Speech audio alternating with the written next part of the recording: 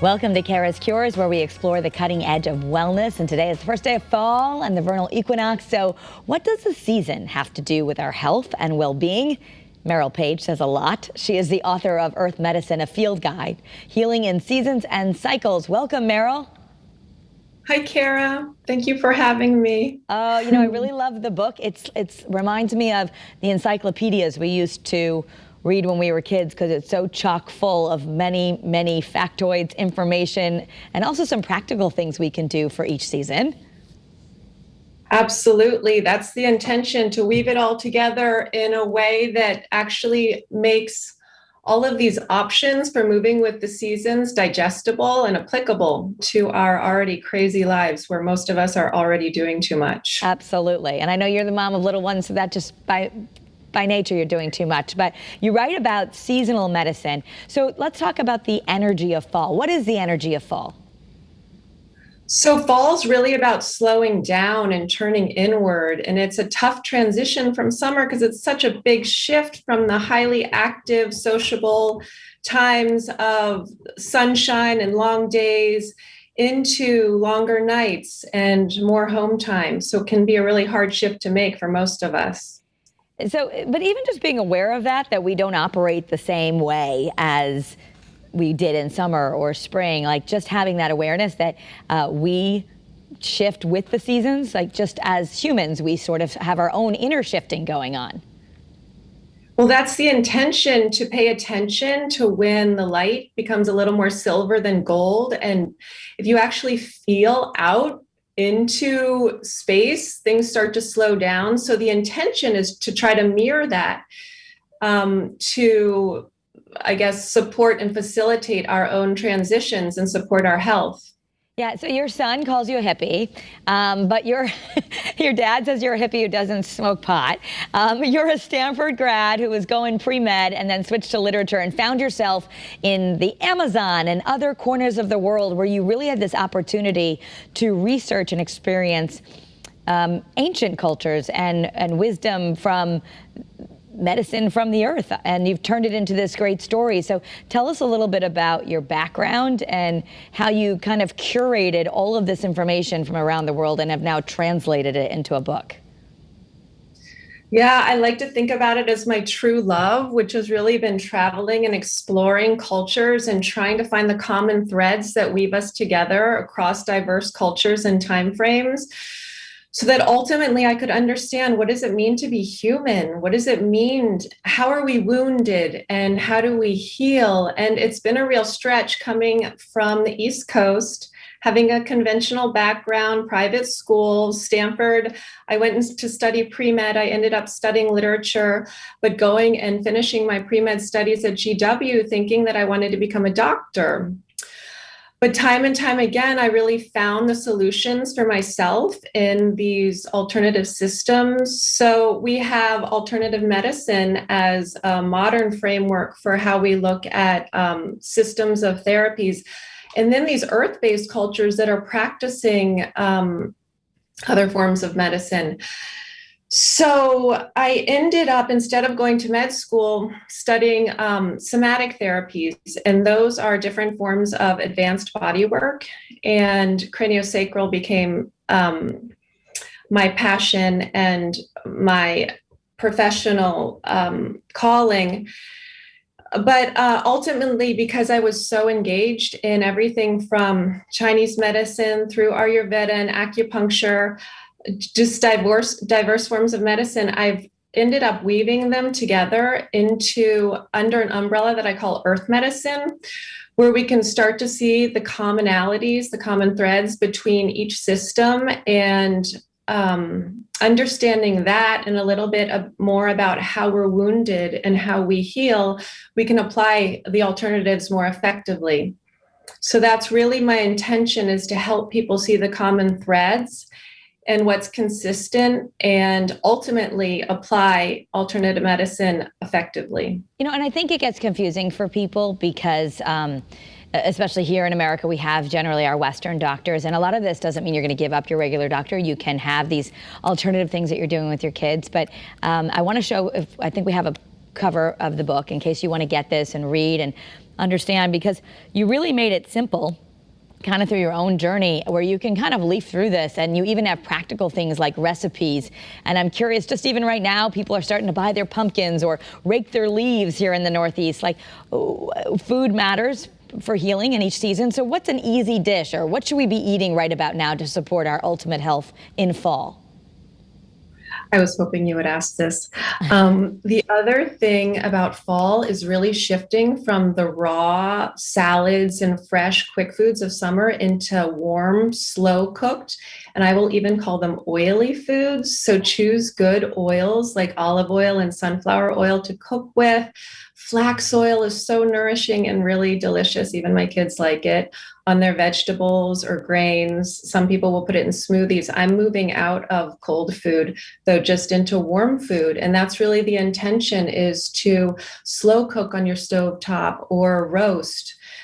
Take the time with your food that fall deserves, and that will actually ground and help you slow down. It's an incredible tool just for getting you to mirror what's going on outside, mirror the season, and to slow yourself down, which is sometimes the hardest part. Right. So just a conscious shift of slowing down, which is also a time where we're speeding up because everyone's head back to school and we're back to work, and there's that as well. But let's talk about this. When it comes to mothering, you talk about a lot about mothering in the book. How do we help our kids this time of year? Because they're actually seem to be ramping back up. There's a lot more expectations on them right now. Yeah. So what I want to say is the best thing to do for our children is to take care of ourselves. So shifting how we think about self-care from selfish, which I was always taught that focus on self-care is self-absorbed and selfish, to actually self-love, and taking the time to slow down, get present, pay attention to what you're eating, feel it in an embodied way, not just to pay attention, but actually take the time to feel into your body what you're doing. And there's some basic tools for self-care that I want to suggest, like mixing that olive oil and that sunflower oil that you already have in the kitchen with some Epsom salt or some kosher salt, and doing a salt scrub for yourself in your bath at night. Instead of feeling like you have to get to the spa or the salon or the ladies retreat, just do it for yourself at home. And journaling is another incredible tool. Instead of going to the therapist and making time and being busy, just stop and reflect and and get some body work if you have a chance. That's an incredible form of self-care that will just go so far towards you supporting your children. So that's what I want to say to anyone who has listen right now. Yeah, permission that happy, they say happy wife, happy life, but happy mom too. And we tend to sometimes put ourselves at the bottom of our to-do list. So slowing down, and I know our kids will benefit from that. You write in the book about seasons of our lives. There's actually a graphic of a medicine wheel that you use, which I thought was so interesting. I never thought about it that way, but there are actually 4 seasons, and then our phases of life relate to those. Yeah, so we have the annual seasons of the winter, spring, summer, and fall, and then there's cycles of our lives from youth through adolescence, adulthood, and elderhood. And one of the things that I've learned through modern courses in eco-psychology or traditional indigenous forms of shamanism and earth-based practices is that the more we can embody and surrender into what's expected of us in youth, which actually is the summertime of our life, or in adolescence, which is the fall of our life, adulthood, the winter, or elderhood, the spring, the more we can surrender into and live through the feelings of that, the more we can cycle through the healthy psychology and physical aspects of being in a body. So I hope that makes sense. But yeah, the medicine wheel is an incredible tool for organizing how we think about cyclical health and health as a process. In a practical way, instead of you're an adult and you're just maybe trying to stay young, there's such a focus on youthful culture, or recognizing that when your kids enter those teen years and you're wondering, gosh, they seem so different now, that they really are. There's a different season to each life. Perhaps that helps you stay a little more sane about all the changes that are going on. Yes, thank you. Yeah. Well put. Well, that's what I got out of that chapter. But, I want to talk a little bit about, some of us might be taking retreat time, and you run a wonderful center out in New Mexico. You actually do a lot of one-on-one consultations, which could be virtual if someone here wanted to do that. But tell me a little bit about your center and things that you're offering there. Thank you. Yeah, we're just cranking things up to get a course offered in January that's offered through the Embodiment Research Lab, and these incredible teachers that are taking you through a movement practice to help you translate, again, intentions, ideas into your physical reality. So the Earth Medicine Institute in Taos hopes to bring people in for retreat, restoration, and also just to connect great minds across the globe to find common ground in medicine, alternative medicine, and make it practical and useful in our modern lives. Which makes sense because it gets confusing. We hear a lot about alternative medicine, but people are afraid to, I don't know what herb is this, and I don't know what this is that. So that's why I love that you're making it practical of even just, hey, try roasting your food in this season. If we can be more practical about it, then I think people, it's more accessible, right? It has to be easy so that we can live it. And that's been my practice. This book has come around 33 years of practice and investigation, and then practicing with my 4 children. So yeah, I have had the chance to live it and simplify it and distill it. And one of the highlights of writing this book for me was the glossary in the front, where I got to go through each form of alternative medicine that I've come to know intimately and define them in a few sentences in my words, and hopefully a way that just gives people a resource to say, what the heck is craniosacral therapy? And what is acupuncture? And what is Qigong? And why do chakras matter anyway? And ground it into some of the science that I've had the privilege of studying and the biology, and make it accessible to you so that they're not just new age trendy words that people are tossing around while they're trying to stay youthful and look relaxed in their busy, crazy lives. Well, you talk a lot about that as well. We can't just say that we're, making a smoothie with some herbs in it and then run around like crazy, right? It's not going to matter. We can and we do. And that's part of what I continue to come back to. Okay, but how do I slow it down? And one of the things I did want to offer up again as a tool of this season that I find myself struggling with this past weekend into this week is just getting present with each little moment. So again, there's all these things you can do, and there are all these herbs and these ways you can eat, and this controversial information coming in. But what is it like to just slow down and look your child in the eye and listen to what he or she is saying in an embodied way, where you actually feel it?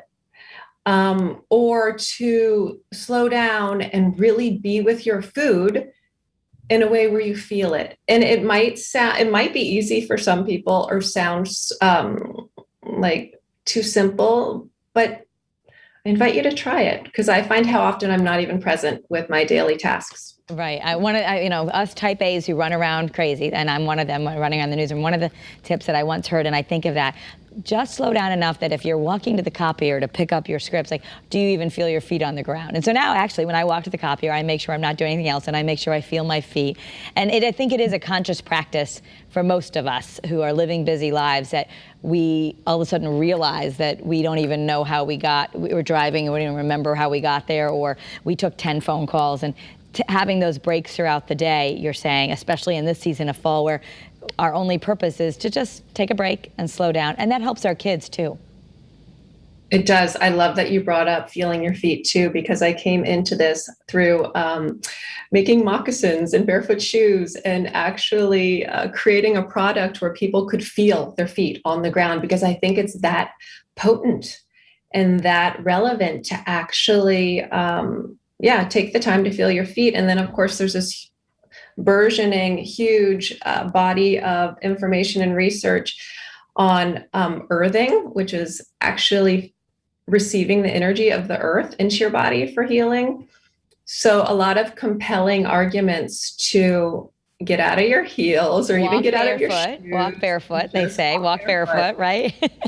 I know they even sell earthing sheets and all these products. You probably don't need that, but even just getting outside in nature, putting our feet on the ground, these simple things can really make a difference. Yes, they can. Well, I want to let everyone know, let's put the book up on the screen again so people can see it and find more information. It is Earth Medicine, a Field Guide, Healing in Seasons and Cycles. And we have also, if you want to get more information about Merrill Center, Taos, you can go and find the book, find the center, all of this at merrillpage.com. I think we might have that as well on the screen, but Merrill Page, and there's a spelling of your name, so easy to find. Merrill, I appreciate you being here. It's a great book if people just want to leaf through. It's not something you read in one sitting because it's so chock full of information and research. A lot of work, I know, to put all this together, but I think you did a great job. Thank you, Kara. Thanks again for having me. Thanks for being on Kara's Cures.